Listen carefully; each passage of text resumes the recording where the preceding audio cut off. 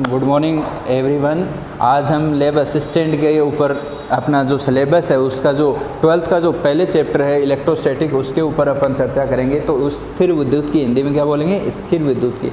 तो सबसे पहले अपन इसकी व्हाट इज़ इलेक्ट्रोस्टैटिक, इलेक्ट्रोस्टैटिक होता क्या है यानी स्थिर विद्युत की होता क्या है। तो सबसे पहले आपको ये जानना ज़रूरी है कि यानी अपन बात करें इंग्लिश की तो it is a branch of physics. In this branch we study about the rest charge and its event, यानी रेस्ट चार्ज और उससे जुड़ी हुई जितने भी इवेंट हैं उन सभी की स्टडी अपन कहाँ करेंगे, इलेक्ट्रोस्टैटिक के अंदर। तो सबसे पहले देखो इसके अंदर आपको जाने से पहले आपको पता होना चाहिए इलेक्ट्रिक चार्ज के बारे में। तो इलेक्ट्रिक चार्ज क्या होता है, व्हाट इज़ इलेक्ट्रिक चार्ज। देखो नाम सभी ने सुना है, इलेक्ट्रिक चार्ज क्या होता है। तो आपको ये ध्यान में रखना है कि it is a property of matter which tells us about it's nature, यानी ये क्या है, एक सब्सटेंस की प्रॉपर्टी है जो उसकी नेचर को डिनोट कर रही है, दैट इज़ पॉजिटिव और दैट इज़ नेगेटिव, यानी वो पॉजिटिव है या फिर नेगेटिव है, इस बात को ध्यान में रखना है। तो चार्ज कितने टाइप के होंगे, types of charge,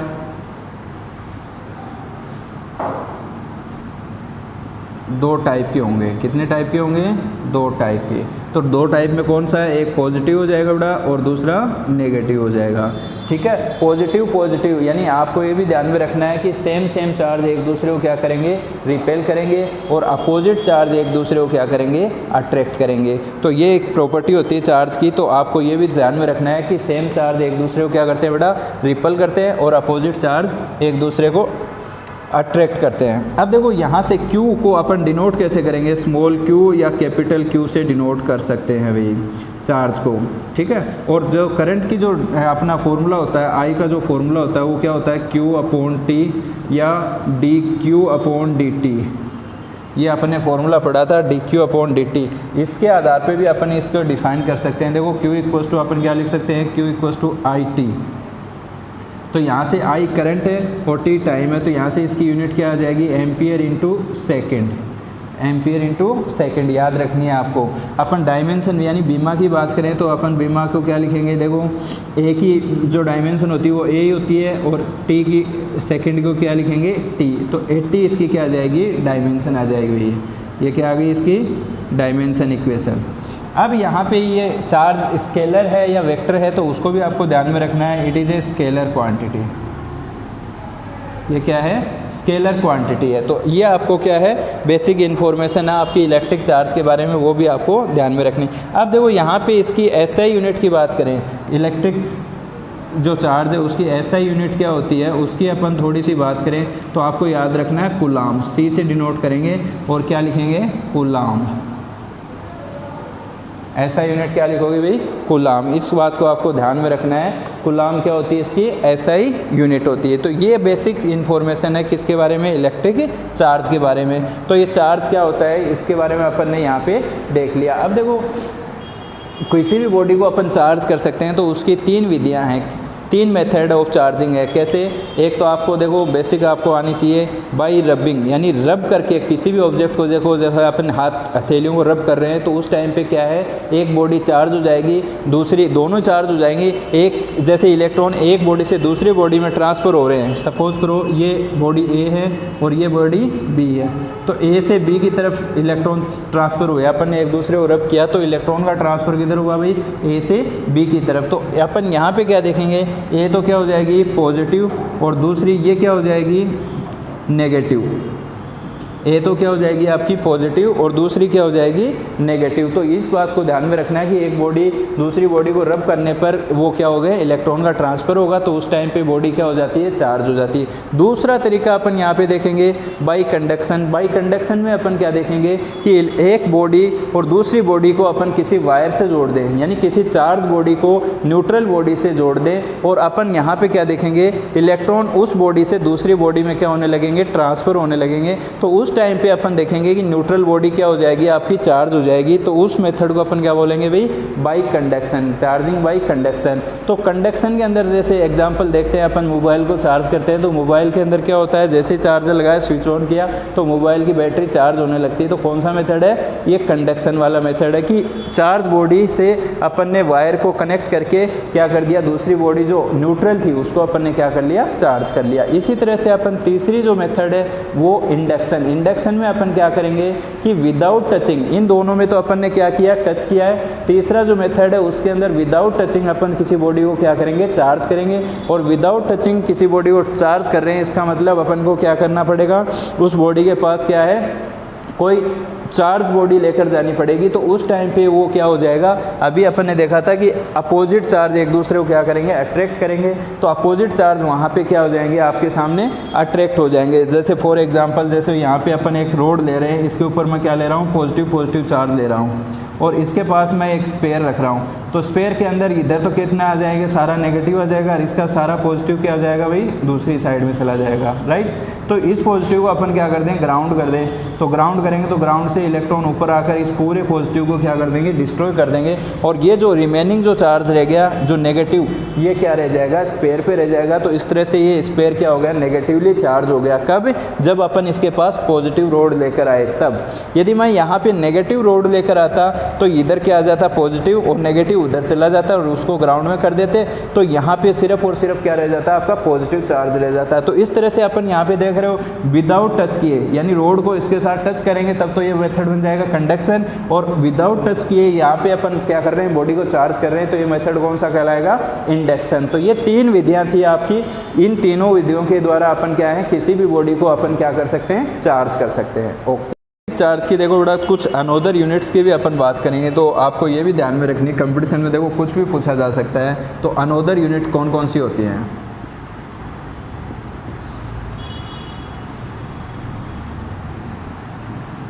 another unit of charge. तो सबसे पहले आपको याद रखनी है कि सबसे बिगेस्ट जो यूनिट है वो क्या है, देखो बिगेस्ट यूनिट, तो आपको याद रखनी है फैराडे। तो 1 फैराडे इक्वल्स टू क्या है, याद रखना है 9655 कूलाम, यानी एक फैराडे के अंदर कितने चार्ज होते हैं बेटा, 96,500 कूलाम आपको याद रखने हैं। ये एक बिगेस्ट यूनिट है जिसको आपको याद रखना है, क्योंकि कंपटीशन में कुछ भी पूछा जा सकता है। इसके अलावा अपन बात करें कि सबसे छोटा, बिगेस्ट आ गया तो स्मॉलेस्ट भी याद रखना ज़रूरी है, स्मॉलेस्ट यूनिट। तो स्मॉलेस्ट यूनिट को याद रखना फ्रैंकलिन,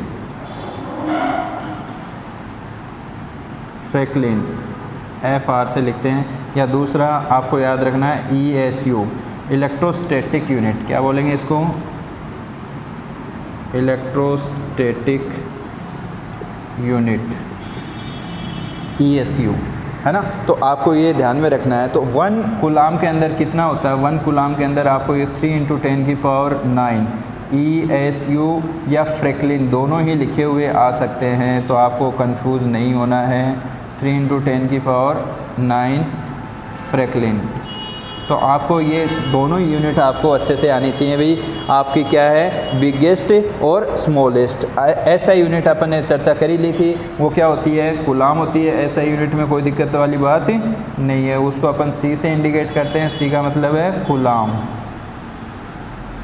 ठीक है। एक CGS यूनिट और देख लो भाई, CGS यूनिट, तो आपको यूनिटों के ऊपर ध्यान में रखकर जाना है, वो होती है स्टेट कूलाम।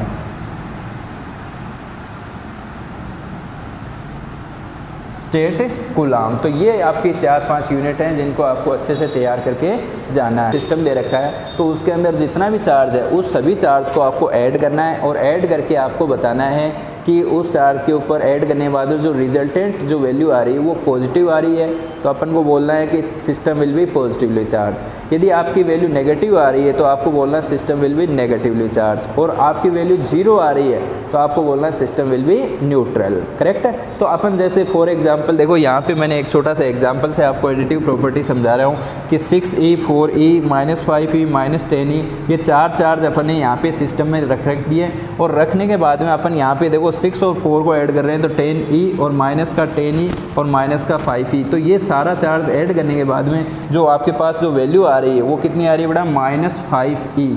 तो यहाँ पे अपन क्या देख रहे हैं कि चार्ज विल बी नेगेटिव, यानी अपन क्या बोलेंगे, system will be negatively charge, यानी सिस्टम आपका कंप्लीट रूप से नेगेटिवली चार्ज है, यानी उस पर टोटल जो चार्ज वो क्या आ रहा है, नेगेटिव आ रहा है। तो आपको इन बातों को ध्यान में रखना है, एडिटिव में सिर्फ और सिर्फ टोटल चार्ज को ऐड करके आपको वैल्यू बतानी है।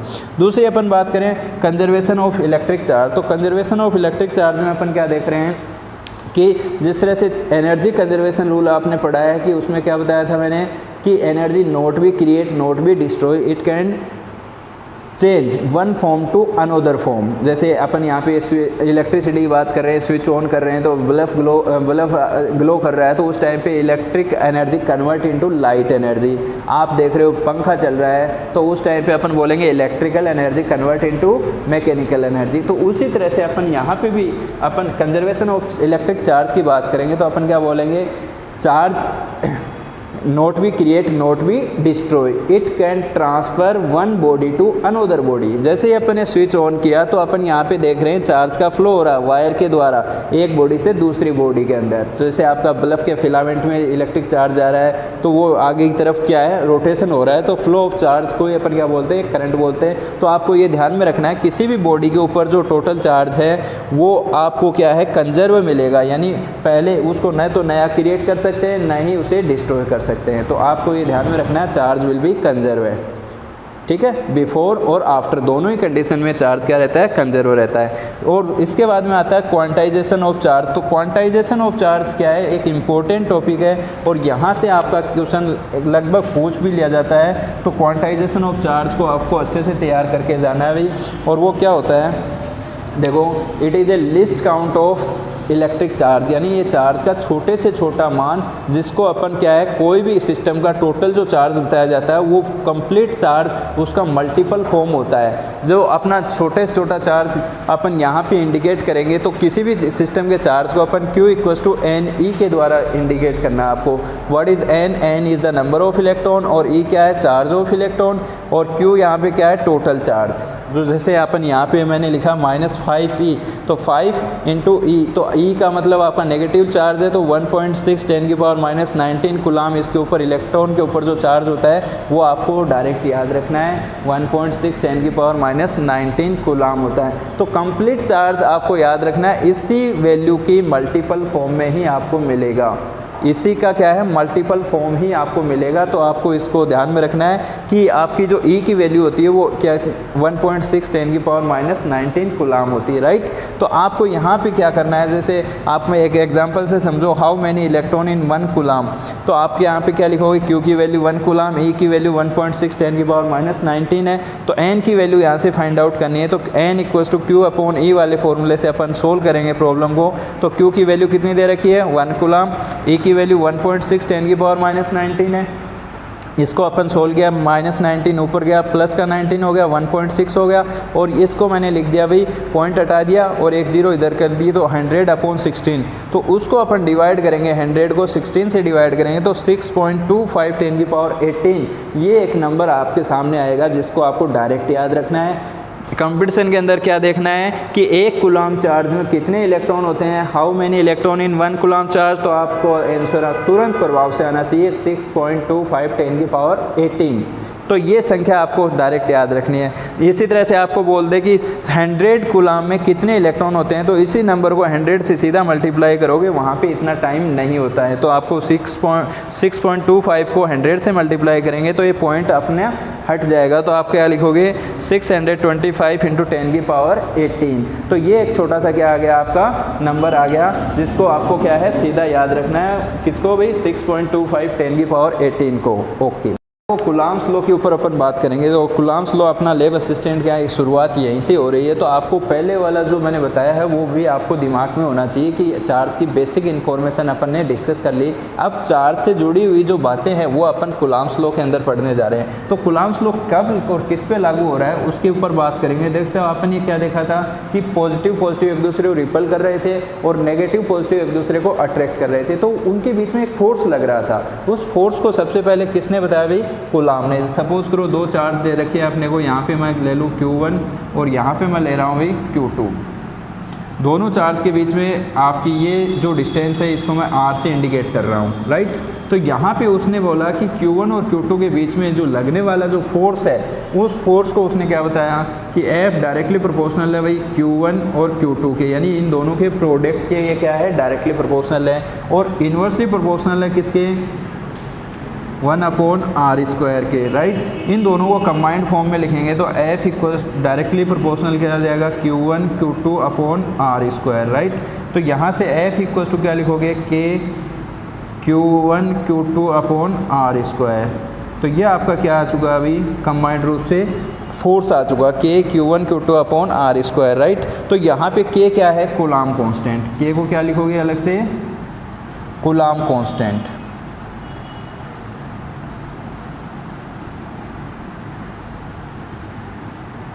अब कूलाम कांस्टेंट है, इसकी वैल्यू क्या होती है वो भी आपको आनी चाहिए, वो आपको आनी चाहिए 1/4πε0 या 9 × 10⁹। यूनिट क्या लिखोगे, यूनिट देखो यहाँ से आप क्या लिख सकते हो, फोर्स इंटू मीटर²। यूनिट क्या लिखोगे, न्यूटन मीटर² पर कूलाम स्क्वायर। ये आप यहाँ पे क्या है इसकी यूनिट लिखोगे। कैसे लिखिए, देखो K equals to F/r² Q1 Q2 आएंगे, उसके आधार पे अपन ने इसकी यूनिट लिखी। यहाँ पे ε0 अलग से आपको याद रखना है, जिसको अपन क्या बोलते हैं, permittivity of free space. Permittivity of free space जिसकी वैल्यू कितनी होती है, 8.85 × 10⁻⁻12। अब यूनिट इसकी जस्ट अपोजिट हो जाएगी, यानी कूलाम स्क्वायर/न्यूटन मीटर², राइट। तो यहाँ पे ये दोनों ही वैल्यू आपको याद रखनी है न्यूमेरिकल के हिसाब से। न्यूमेरिकल के लिए जहाँ पे K वैल्यू आ रही है वहाँ पे सीधे 9 × 10⁹ पुट करोगे, और ε0 की वैल्यू भी कई बार पूछ ली जाती है तो आपको आनी चाहिए, राइट। ये जो वैल्यू है यहाँ पे मैं कंबाइंड रूप से लिख रहा हूँ, तो F के अंदर जो वैल्यू लिखी जाएगी वो क्या लिख सकते हो, F equals to 1/4πε0 Q1 Q2/r², that is Coulomb's law. Clear हुआ सभी को। तो कूलाम्स लॉ क्या है, F equals to 1/4πε0 Q1 Q2/r², ये आपको आना चाहिए। अब देखो यहाँ से अपन क्या देख रहे हैं कि यहाँ से दो चार्ज की वैल्यू दे देगा आपको Q1 और Q2 की, जैसे 5 कूलाम है, 10 कूलाम है, और उनके बीच की दूरी दे देगा आपको। वो दूरी मीटर में लेनी है, आपको सेंटीमीटर में दे सकता है, तो उसको मीटर में कन्वर्ट करना है, और वो इसके अंदर वैल्यू पुट करके आपकी F की वैल्यू आपको निकालनी है। तो आपको ये चीज़ आपको आनी चाहिए। अब देखो लैंग्वेज क्या, कैसे बोलेंगे इसको, यानी according to Coulomb's law the force between two charges, that is attractive or repulsive, is directly proportional to product of these charges and inversely proportional to square of distance between them। तो अपन यहाँ से इसी फॉर्मूले की मैंने language आपको बताई है, जिसको आपको क्या है याद रखना है। तो ये एक छोटा सा क्या था आपका कूलाम्स लॉ का आपका शॉर्ट वीडियो था। अब देखो यहाँ पे इन दोनों की डायमेंशन की ओर चर्चा कर लेते हैं। तो डायमेंशन आपको हर जगह याद रखनी है, डायमेंशन का 1 या 2 क्वेश्चन आपको आना है, निश्चित रूप से आना है।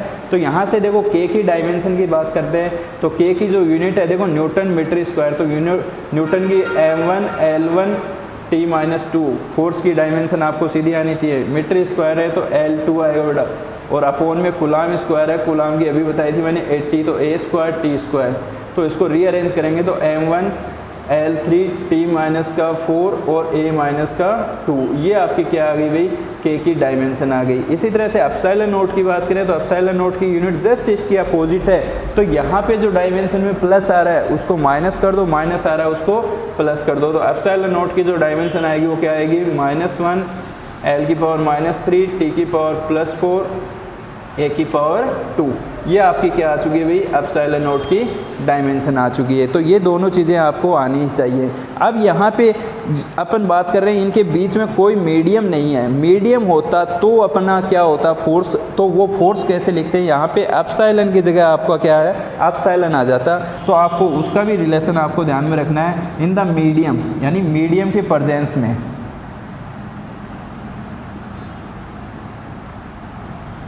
तो F इक्वल्स टू क्या लिखते हैं, 1/4πε Q1 Q2/r²। यदि बीच में मैं मीडियम रख रहा हूँ तो वहाँ पे एप्सिलॉन लिखना है। तो एप्सिलॉन की जो वैल्यू होती है वो आपको अलग से याद रखनी है, ε0 εr, है ना। तो ये दोनों वैल्यू यहाँ पे रखेंगे तो F की वैल्यू कितनी आ जाएगी भाई, FM लिख रहा हूँ मैं यहाँ पे मीडियम के प्रेजेंस में। तो 1/4πε0 εr, और ये Q1 Q2/r², राइट। ये मीडियम की बात हो रही है। तो यहाँ पे देखो पूरा का पूरा एफ वही है जो अपने इस साइड में लिख रखा है, जहाँ पे वैक्यूम था वहाँ पे जो फोर्स है वो का वही है, बस एप्सिलॉन आर यहाँ पे नीचे आ चुका है। तो यहाँ पे एक रिलेशन आपको ध्यान में रखना है, एफ एम के बाद में आप क्या लिखोगे, मीडियम में कितना फोर्स लगेगा, वैक्यूम में इतना लग रहा है जैसे एफ अपॉन एप्सिलॉन आर। तो ये आप क्या है सीधा याद रखोगे कि यानी लगने वाला जो फोर्स है मीडियम में वो क्या हो जाएगा, घट जाएगा, वैक्यूम में आपका फोर्स ज़्यादा लगेगा। मीडियम में यानी बीच में कुछ भी आपने सब्सटेंस रख दिया तो उस टाइम पे मीडियम में लगने वाला दोनों चार्ज के बीच में जो फोर्स है उसकी वैल्यू क्या हो जाएगी, कम हो जाएगी। तो ये फॉर्मूला भी आपको आना चाहिए। दूसरा मैंने अभी यहाँ पे बताया था epsilon equals to epsilon not epsilon R, इसके ऊपर थोड़ी सी चर्चा कर लेते हैं। एप्सिलॉन आर क्या होता है, एप्सिलॉन अपॉन एप्सिलॉन नॉट। तो इसको अपन बोलते हैं रिलेटिव परमिविटी ऑफ मीडियम, यानी मीडियम की आपकी परमिविटी है, एक तरह से रिलेटिव परमिविटी है। तो उसको याद रखना है, एप्सिलॉन अपॉन एप्सिलॉन नॉट होता है, या epsilon equals to epsilon not into epsilon R. तो जिस तरह से आपको ये फॉर्मूला और ये दोनों ही फॉर्मूले क्या हो जाते हैं, इंपॉर्टेंट हो जाते हैं, इनको आपको अच्छे से तैयार करके जाना है। अपना है vector form of Coulomb's law. तो वेक्टर फॉर्म भी आपको आनी चाहिए कूलॉम्स लॉ की, जो अपन ने अभी पढ़ा है उसका वेक्टर फॉर्म कैसे रिप्रेजेंटेशन करेंगे वो देखो। अपन यहाँ पे अपन क्या ले रहे हैं अभी, एक्स वाई अपन ने एक एक्सिस ले लिया और इसके अंदर दो चार्ज अपन ने रिप्रेजेंट कर दिए जिनके पोजीशन वेक्टर हैं r1 और r2। r1 q1 का बेटा, r2 इसका है। अब यहाँ पे देखो q1 इसके ऊपर फोर्स लगा रहा है q2 पे, तो उसको अपन लिखेंगे F21, force on charge Q2 due to Q1, F21 से रिप्रेजेंट करेंगे। इसी तरह से Q1 पे Q2 फोर्स लगा रहा है उसको लिखेंगे बेटा F12, force on charge Q1 due to Q2 के द्वारा। तो दोनों की डायरेक्शन देखो आपको याद रखनी है कि दोनों को मिलाने वाली लाइन के अकॉर्डिंग ही उसकी डायरेक्शन होगी, उस लाइन को ज्वाइन करने वाले पॉइंट के अकॉर्डिंग ही उन दोनों की डायरेक्शन होगी। तो आपको ये दोनों बातें ध्यान में रखनी है भाई, F12 और F21। ओके, यहाँ से अब अपन बात कर रहे हैं देखो कि Q1 और Q2 के बीच में देखो ये वाली जो दूरी है, अपन सपोज करो ऐसे चल रहे हैं तो अपन इसको क्या बोलेंगे, R21। क्या बोलेंगे जी, R21।